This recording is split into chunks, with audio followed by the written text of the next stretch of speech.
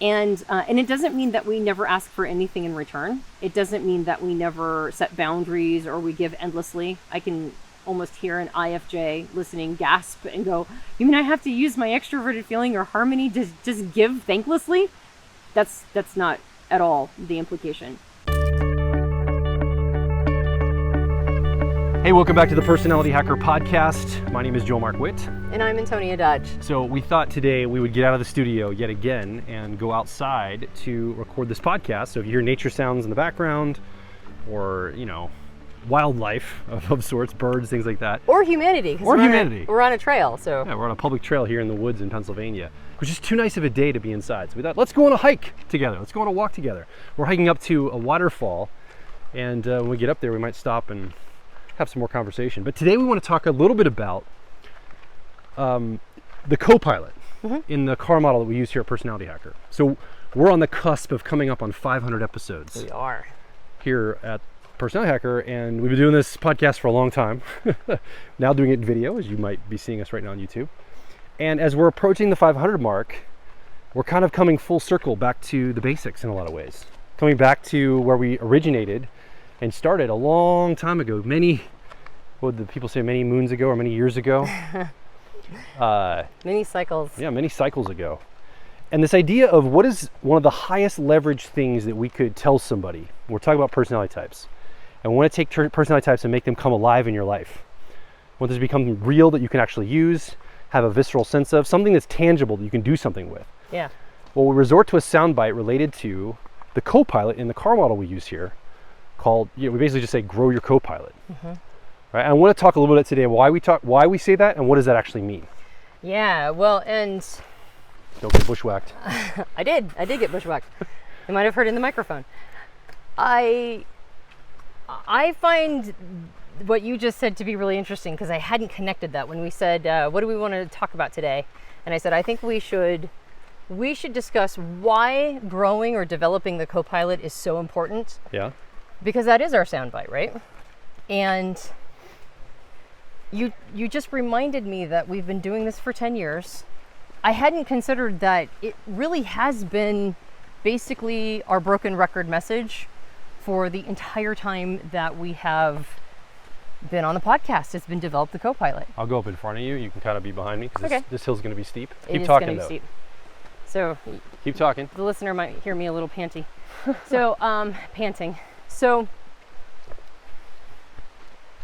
developing the CoPilot has been our soundbite for a long time, and even though my relationship to type has changed, and it has over the last 10 years, we're coming up on our 500th podcast, and when I go back to earlier episodes, I hear myself say things that I'm like, well, I mean, I have a little bit more of a refined thought on that, or I understand that component a little bit more than I did the first time I said it. I think a lot of times the first time I say things, I'm sort of discovering them, and then over time I refine them. I'm sure everybody works this way. I'm just going to show people where we're going to go over that terrain in front of us. Yeah. So that's why the camera's all wonky and weird. As we hop rocks. Keep talking, because you're individually mic'd. Okay. So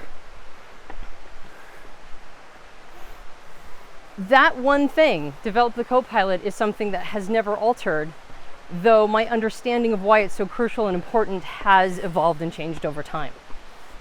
And I think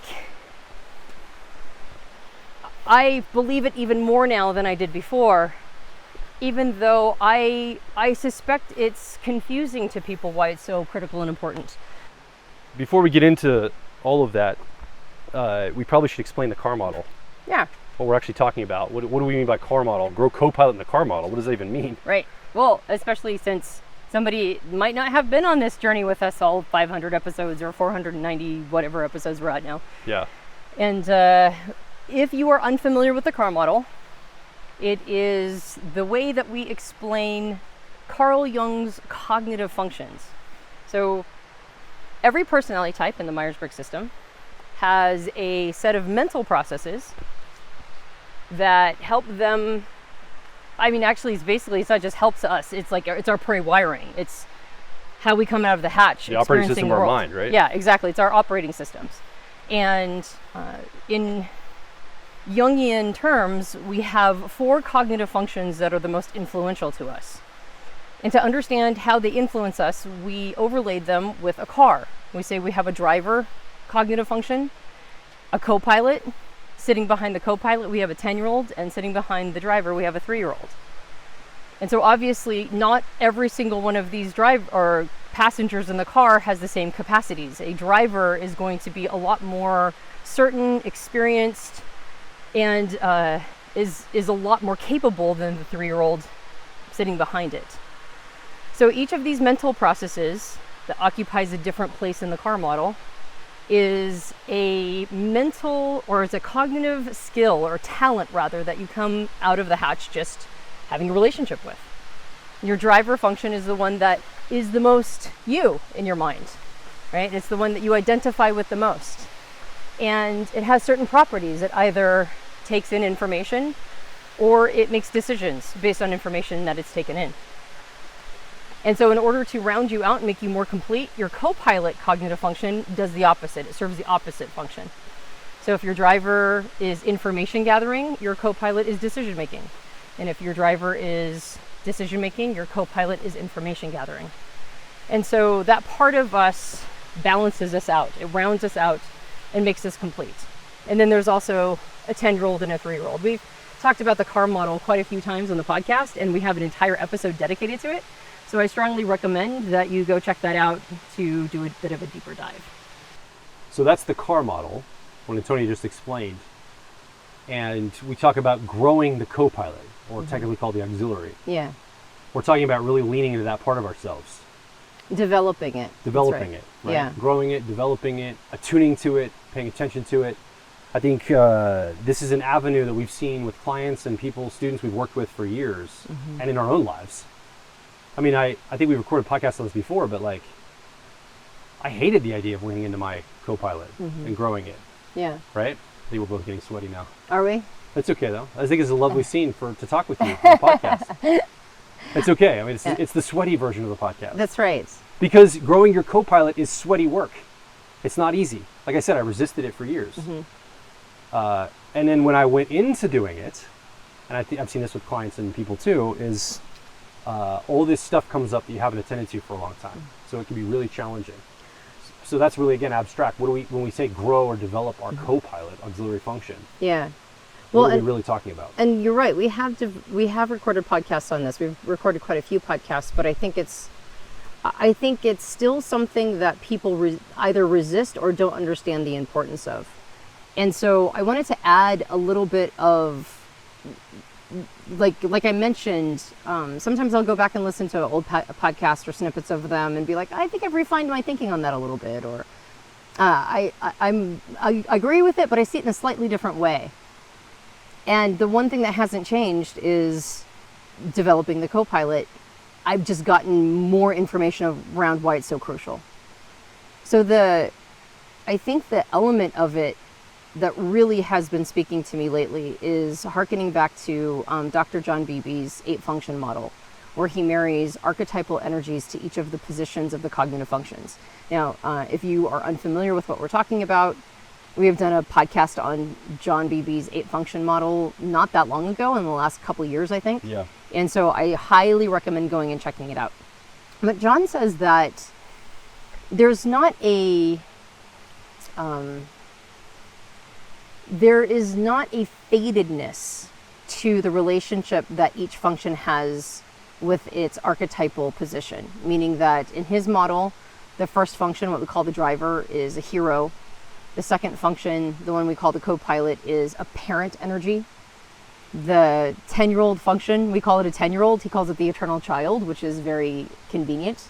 And in the car model, the 3-year-old, he associates it with the anima or animus energy. Now, we have a tendency to think of them as inextricably combined, meaning that your hero energy, like the hero part of you, and your first function, in our case, both of us lead with extroverted intuition, or what we call exploration. There's this sense that we can never use it in a way that isn't heroic or associated with a hero energy. But that's not exactly true. We can. It just happens to be, or most often is associated with that energy. The second function, what's technically called the auxiliary, we call it the CoPilot. The archetypal energy that it's associated with is a parent energy. And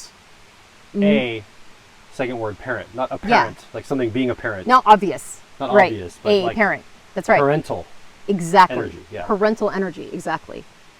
And the reason why that's so important for us is that first function, that hero function, John says that it's part of the axis of relating to self. So our driver function is not just how we identify ourselves, but it's how we relate to ourselves. We relate to ourselves through an understanding of that part of who we are. And that's why there's a hero energy that comes along with it. Yeah. The second function, the auxiliary or the CoPilot, is associated with parent energy, which is part of the axis of relating to others. So this function is not only important in terms of balancing out crucial components, like we said before, if your first function, if your driver function is information gathering or perceiving, then your CoPilot or auxiliary is judging or decision making, and vice versa. And there's also the component that one of those functions will be an introverted function and one will be an extroverted function, giving you a capacity to sort of go inside of yourself and also to engage with the outside world or be in tune with the energies of the world around us. But it also means that we not only have a way to understand who we are, we also have a way to show up for others. Parenting is a thankless job. It's a job that is very duty oriented. It's a job where we show up for other people and we may never get gratitude back. Yeah.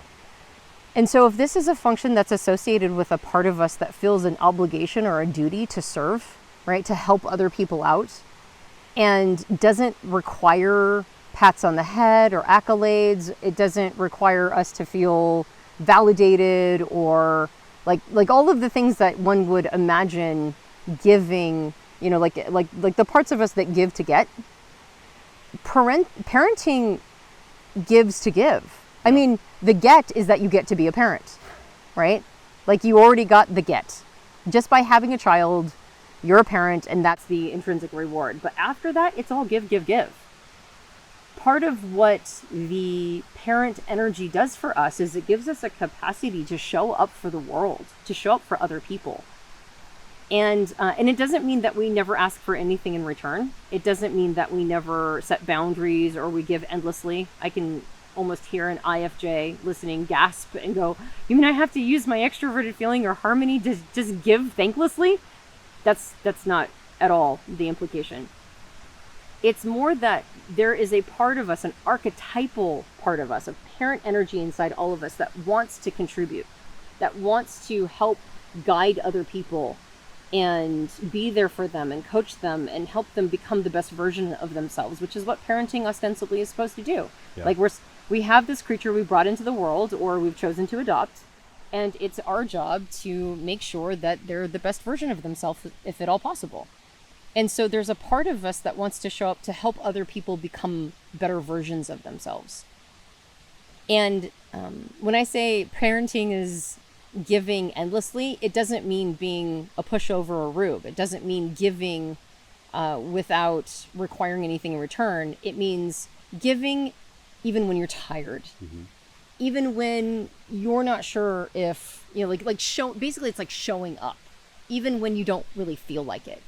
When we're children, when we're in our eternal child energy, like that 10-year-old or tertiary function, when we don't feel like doing something anymore, we just stop, right? Like we walk in the house and metaphorically walk in the house and drop our coat at the door expecting somebody else to pick it up for us.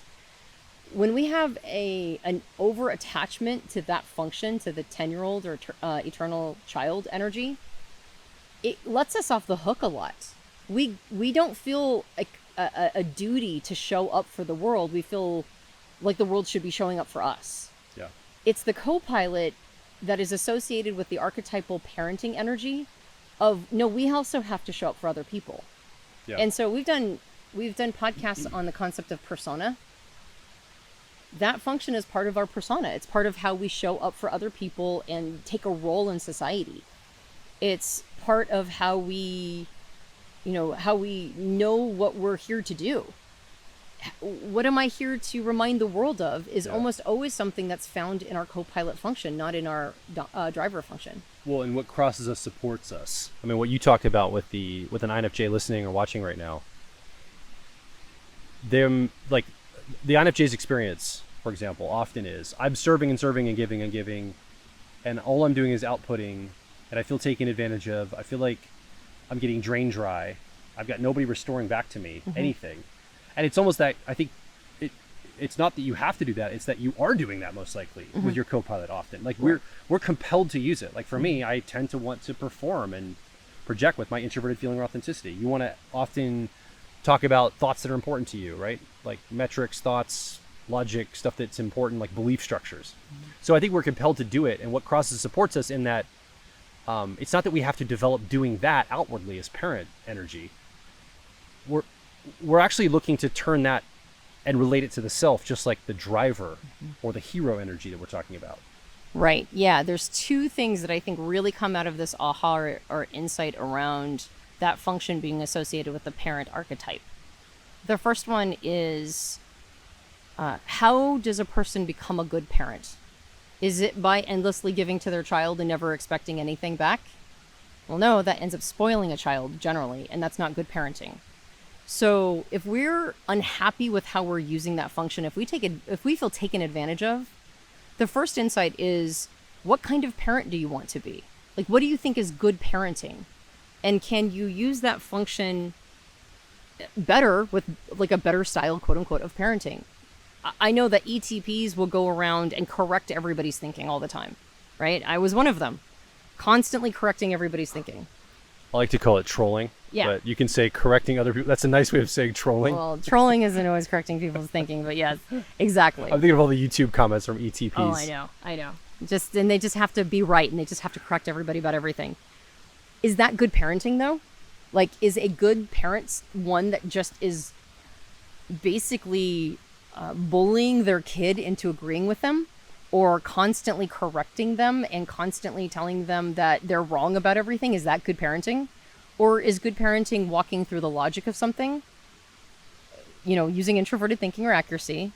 Is it walking through the logic of something and then allowing the other person, maybe even through Socratic methods, come to their own conclusion, like giving them space to think what they think while giving them the best information possible? That's good parenting.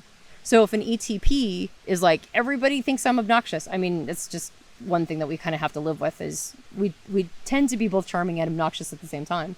But if there's this, like nobody will listen to me feel, like I'm constantly trying to do this for other people and nobody's listening to me, it would be the same thing as a parent saying my child never listens to me. And it's like, okay, well, what are some parenting techniques you can use in order to make your kid listen to you more, right? And it doesn't matter what that function is. For you, introverted feeling or authenticity, right? How does somebody become a good parent with that function?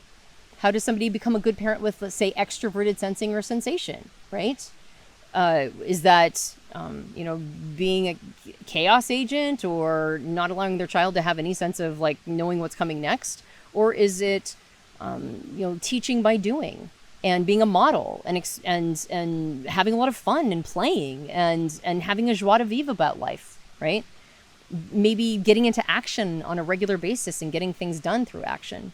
So that, whatever that function is for you, ask yourself, what do I think a good parent is, and how can I merge good parenting in, or like the principles of good parenting in with that function? That's the first one. So probably for you then, make a list. If you're thinking about your own self, take your personality type, look at your car model, understand your cognitive functions as your driver or hero. What is your co-pilot or auxiliary? What's that parent energy for you? Which function is that? And then qualitatively, maybe make some lists. We work with clients all the time and tell them this. Make some lists of what does a good parent look like from my viewpoint around this function, right? How would, like, literal parenting, like if I was to guide another person, like into maturity or something. Yep. That's, I think, an activity you could try. Yeah, absolutely.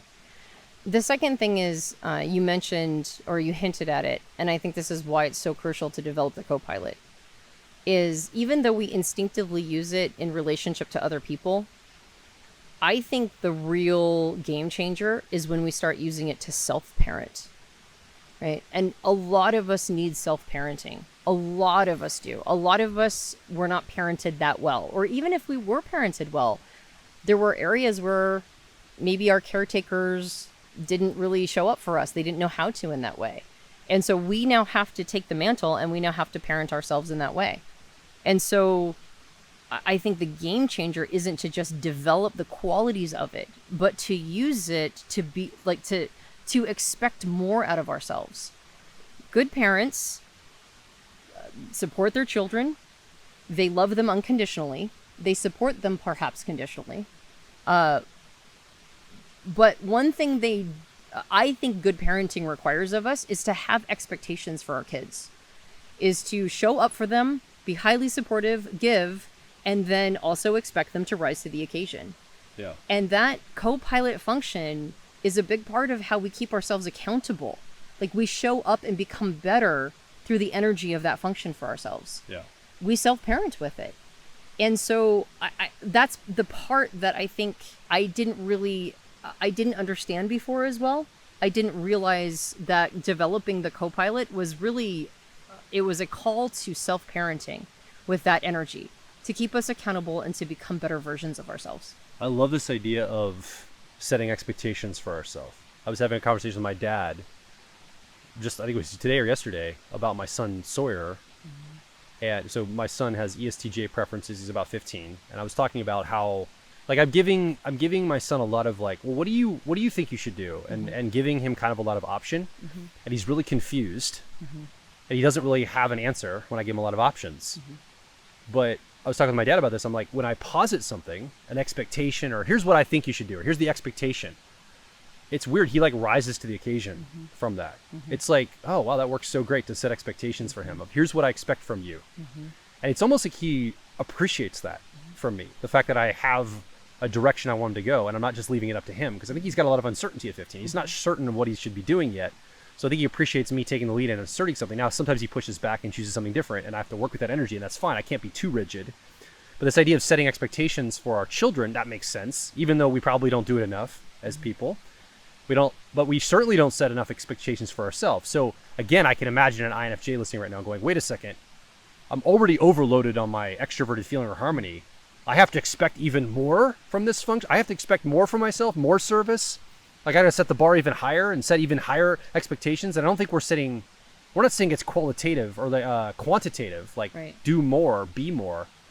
I think what we're saying is get really clear on the expectations you are setting for yourself. Yes. And that might not be serving everybody all the time.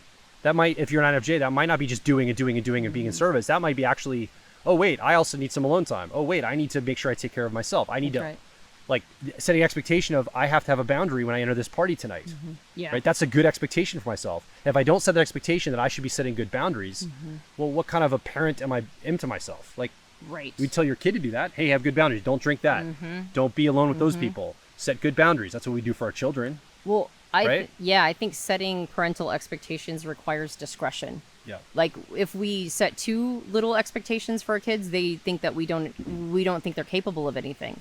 When we set too high expectations for them, they get crushed under the burden of them. Yeah. So are we doing that to ourselves? If a person like take for example an ITJ type that has extroverted thinking or effectiveness as their auxiliary or co-pilot, if they've set too high of expectations of what they're supposed to accomplish, they're gonna get crushed under them. And if they're gonna seek the relief of the eternal child energy of their introverted feeling or authenticity and go, I just don't feel like it, right? Yeah. And so it doesn't matter what falls in that function. Make sure you're setting high enough expectations to become a better version of yourself, but not too high of expectations so that crushes you, just like a good parent would do, right? Put that energy back on the self. And I think that that's a big piece of why it's so crucial. Well, and we talk about the co-pilot is right next to the driver. And this driver is a sense of relating to self. It has hero energy like you talked about. Like, if I'm moving through the world, my driver, my hero can do anything. And I think, I'm going to kind of embody the characters inside of myself for a second. My co-pilot looks at the hero and goes, man, I can't do everything. I don't have the full capacity that you have.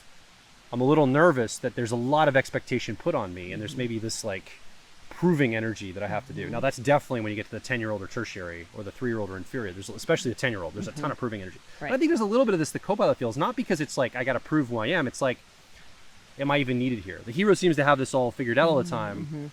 I'm hardly ever, this part of me is hardly ever called on. Maybe when the going gets tough, the hero has it under control. But there's a sense of, no, there's a lot of this goodness that can come also from this part of myself. Yeah, absolutely. That makes me think of, I mean, how many movies and stories have there been about a parent that gets jealous of a hero coming into town and their child is besotted by the hero, right? And but then at the end of the movie or the story, it ends up being that the parent was what the child needed, right? Even if it was besotted with the hero. And so we might be very in love with our driver dominant first function, right? It's a hero it feels what makes us a hero. Yeah. But we all need parenting, right? Because parenting brings us down to earth. It's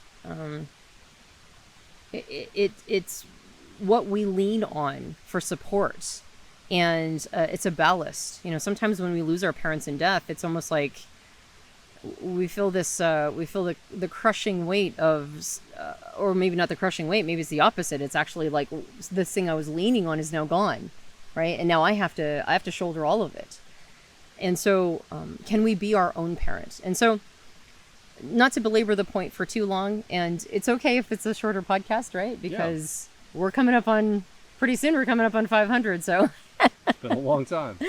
Some of them are shorter than others and longer than others. But I just wanted to reiterate, of all of the things that have changed in my perspective and how I see things and flaying things out and kind of getting a nuanced understanding where I didn't have one before, this one always stays the same. Developing the CoPilot is still the highest leverage. It still balances you out. It still gives you capacity to tap into elements that the driver or first function does not. And it's a place of self-parenting. Now, John Beebe says they're not married to each other. The archetypal energy and the function they're not the same. Meaning that whatever is your CoPilot function, you can use without it being parental. Absolutely, right? Just like you can use your first function without it being heroic, and your third function without it being childlike, right? You can use these functions without those energies. But there's a strong relationship. And when they come into contact with each other, there's almost like an alchemical experience. So when you allow the parent energy and that CoPilot or auxiliary function to have a relationship with each other, and you start to understand the crossovers, right? Like, I guess I am using this sort of in a parental way. I guess I am sort of trying to set the world straight with this, or I am trying to serve, or I am trying to like show up feeling obligated and duty bound with this part of who I am. Recognize that dynamic and figure out how you can do one better. Right? Like what are the qualities of a good parent, and are you showing those qualities when you use this function? And are you self-parenting with it? Are you being a good parent to yourself using this function? And I think it helps a lot. Yeah. We probably should wrap up the podcast because I think the bugs have found us. I think the bugs fully, have too. Which is great. So as we wrap up this episode, I just want to draw attention that this is something we've seen students and clients work on, and ourselves again, for the last, it's been since 2010 we started teaching this stuff. And 2014 since we started this podcast. And we intend to keep going in every capacity we can. Maybe change some things up as, things flex and flow. But the core message of growing the CoPilot, I think, has stayed the same. And in fact, we just released some owner's manuals. We redid our owner's manuals for every single personality type to really dial in on this kind of thing. To dial in on what puts people in a flow state, what helps them grow this part of themselves. Because once you know your personality type, that's really nice to know 4 codes and even know the cognitive functions you use, but what are you going to do with it? How are you going to exercise it? How are you going to actually grow yourself? How are you going to make this real and visceral in your life that makes a difference for your career, your relationships, your personal growth path? So I think my encouragement to you is, if this is something you're serious about, understanding how to use your personality type for growth, I'd check out one of those owner's manuals for your personality type. We have all 16 types in the Myers-Briggs system. And I'm not trying to make this an advertisement, although I would like to advertise these because I think they're really good and I think they're going to help you a lot. So what do you think? You haven't had a microphone. It's been me and Antonia. And we want to hear from you. Come over to personalityhacker.com directly below this episode.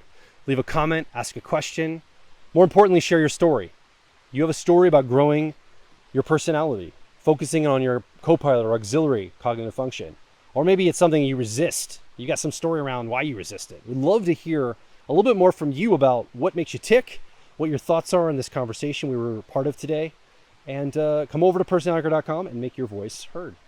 And if you enjoyed this podcast, you can subscribe to us on iTunes and various Android platforms. If you leave us a rating and review on iTunes, it helps us out a lot. You might be watching us on YouTube right now. If you enjoyed this episode, you can like, subscribe, and hit the bell to let you know when another episode will come out. We have a book. It's called Personality Hacker. You can get it in all major book retailers. And if you leave us a rating and review on Amazon or on Goodreads, that also helps us out a lot. And as Joel mentioned, we have owner's manuals that are tailor-made to your personality type. I recommend heading over to personalityhacker.com, find the one that's right for you, and pick up a copy so that you can also develop your CoPilot and get better and better at self-parenting and becoming the best version of yourself. Yeah. My name is Joel Mark Witt. And I'm Antonia Dodge. And we'll talk with you on the next Personality Hacker podcast.